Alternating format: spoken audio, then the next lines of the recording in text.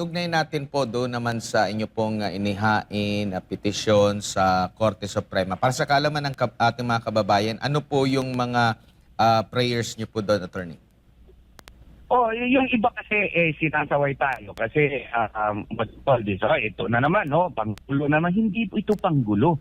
Kasi nga po, yung impeachment proceeding, impeachment complaint na final ni against kay VP Sara Duterte, depektibo na masyado, di ba? Ang dami na ng rason nun. It violated the rights of VP Sara Duterte. It did not contain ultimate facts.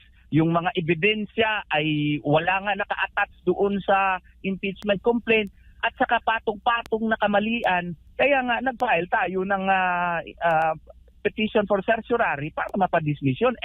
Dagdag ng kamalian. Ngayon pa, nag-appoint sila ng presiding officer na grabe ito sulto kay Senator Win Gatchalian kasi under Article 11, Section 3, Paragraph 6, it should be it is necessarily implied therefrom that it should be the Senate President who would preside kung ang presidente ang inihahadla ng impeachment complaint.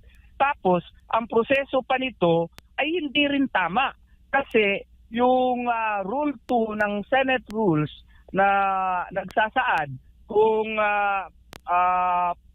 pag-amenda nila doon sa rules ay wala pang quorum. Only 12 out of 24 senators were present on June 3 of 2026 when they amended Rule 2 of the Senate Rules.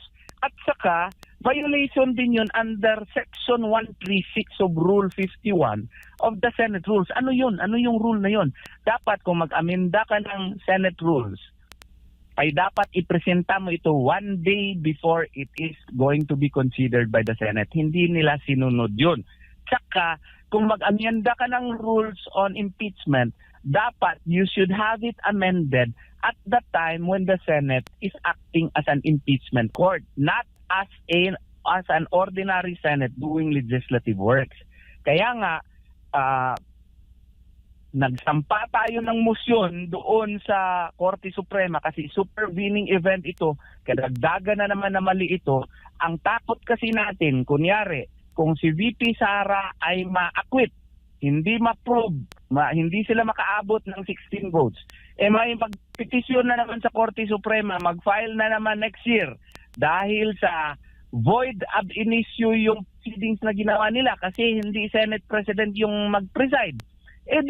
Mayroon na naman tayong impeachment proceeding next year. Ang laki ng gastos natin dyan, more than 25 million per day.